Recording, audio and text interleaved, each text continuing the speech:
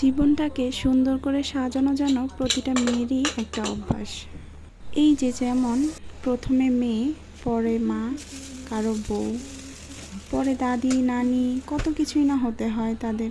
আমরা মেয়েরা এমনই, প্রতিটা অধ্যায়কে একদম অতি সম্মানের সাথে গ্রহণ করতে পারি।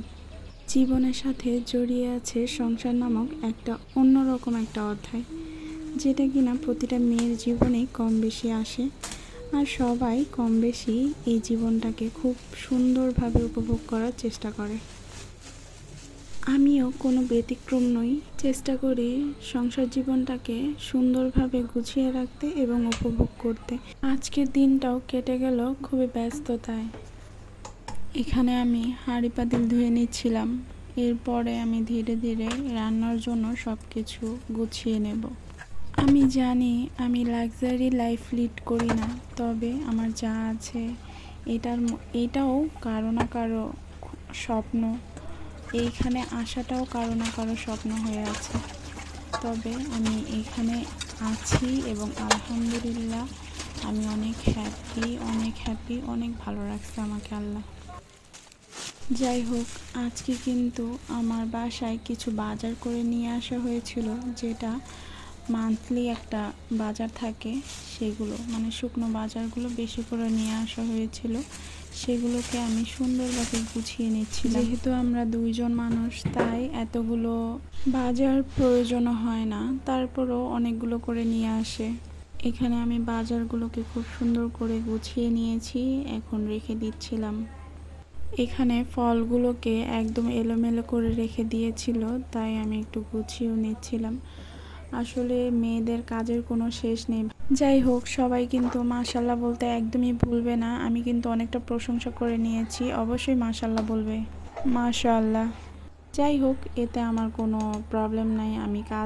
আমি খুব খুঁতখুঁতানো একজন মানুষ, আমি এগুলো কাজই বেশি করি। একটা জিনিসকে দুইবার ধোয়া, একটা জিনিসকে দুইবার ভাঁজ করা, এগুলো হচ্ছে আমার স্বভাব। যাই হোক, এখানে আমি ভাতটাকেও বসিয়ে দিয়েছিলাম অফলাইনে। এখানে কিন্তু আমার ভাত প্রায় হয়ে গিয়েছে।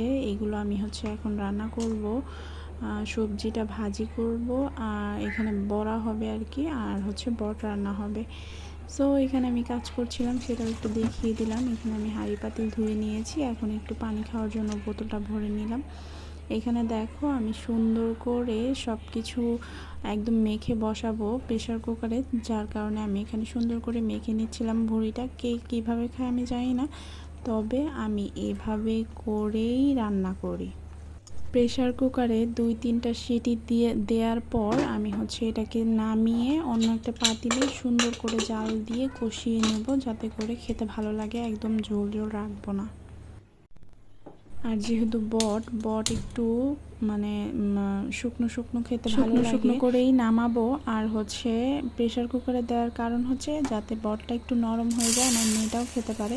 এখানে কিন্তু আমি ডালটাও বসিয়ে দিচ্ছিলাম। একটা আইটেমে কখনোই খাওয়া হয় না, যার কারণে আমি টুকটাক করে সব কিছুই একটু একটু করে বানিয়ে নিই, যাতে করে খেতে কখনো বোরিং না লাগে। একটা আইটেম রান্না করলে আমার ঘরে একদম তোলপাড় হয়ে যায় যে একটা আইটেম কেন রান্না হয়েছে। তবে যাই হোক, আমি টুকটাক করে 3-4টা আইটেম করার চেষ্টা করি। এখানে দেখো, ডালটা কিন্তু হয়ে গিয়েছে। আমার ভিডিওটা যার যার ভালো লাগে অবশ্যই লাইক সাবস্ক্রাইব করতে কিন্তু একদমই ভুলবে না। দেখা হবে নেক্সট ভিডিওতে। এখানে কিন্তু সুন্দর করে হয়ে গেল। Bye bye.